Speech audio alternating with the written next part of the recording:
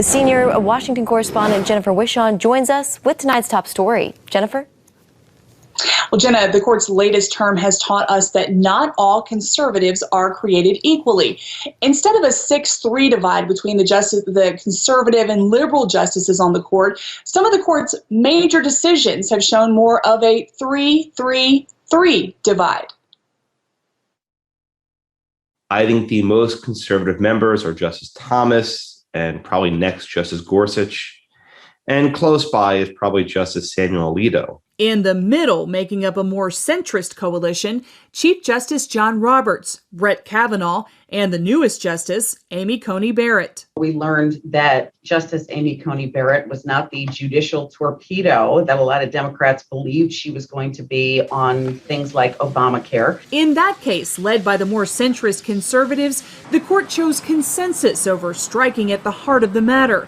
Likewise, in Fulton versus City of Philadelphia, the court ruled unanimously that the city was discriminating against a Catholic foster care agency, but stopped short of addressing the larger issue of religious liberty. That led a frustrated Justice Alito to write, "This decision might as well be written on the dissolving paper sold in magic shops." Their job is to decide whatever case is before them and not create these cockamamie schemes of what will happen in a decade. I think that is a flawed understanding of judicial power.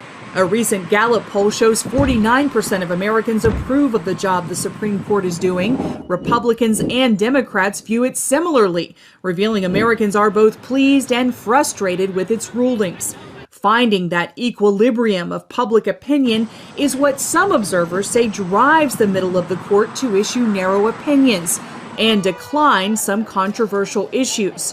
Roberts, Kavanaugh, and Barrett joined the 3 liberal justices to refuse hearing the case of Barronelle Stutzman, a Washington florist forced to use her art to celebrate a same-sex marriage.